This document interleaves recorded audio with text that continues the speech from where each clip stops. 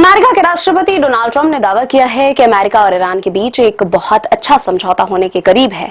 हालांकि उन्होंने यह भी स्पष्ट किया कि यदि वार्ता में अमेरिका की प्रमुख मांगें पूरी नहीं होती हैं, तो वाशिंगटन इस मुद्दे को दूसरे तरीके से सुलझाने का विकल्प अपनाएगा। ट्रंप ने यह टिप्पणी अपनी बहू लारा ट्रंप को दिए एक साक्षात्कार में की, जिसका प्रसारण शनिवार रात फॉक्स न्यूज पर किया गया। यह बयान ऐसे समय में आया है जब अमेरिका और ईरान के बीच संभावित परमाणु समझौते में बदलावों को लेकर कई तरह की रिपोर्टें सामने आ रही हैं और दोनों देशों के बीच कूटनीतिक संपर्कों पर अंतर्राष्ट्रीय समुदाय की नजर बनी हुई है। साक्षात्कार के दौरान ट्रंप ने कहा, हम एक बहुत अच्छे समझौते के बेहद करीब हैं। यदि आप जल्दबाजी करेंगे तो कभी अच्छा समझौता नहीं कर पाएंगे। धीरे धीरे लेकिन निश्चित रूप से हमें वह मिल रहा है जो हम चाहते हैं, और यदि हमें वह नहीं मिला जो हम चाहते हैं तो हम इसे किसी दूसरे तरीके से समाप्त करेंगे। ट्रंप के इस बयान को ईरान के साथ चल रही बातचीत को लेकर अमेरिका के सख्त रुख के संकेत के रूप में देखा जा रहा है।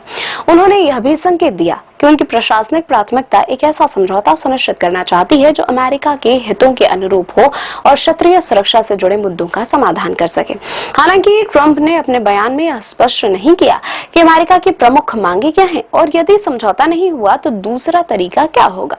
लेकिन उनके इस बयान ने अमेरिका ईरान संबंधों और संभावित परमाणु समझौते को लेकर नई चर्चाओं को जन्म दे दिया है। विशेषज्ञों का मानना है कि यदि दोनों देशों के बीच समझौता होता है तो इससे पश्चिम एशिया में तनाव कम हो सकता है। वहीं बातचीत विफल होने की स्थिति में क्षेत्रीय सुरक्षा और वैश्विक कूटनीति पर इसका व्यापक असर पड़ सकता है। फिलहाल दोनों देशों के बीच वार्ता की दिशा और संभावित समझौतों की शर्तों पर दुनिया भर की निगाहें टिकी हुई हैं।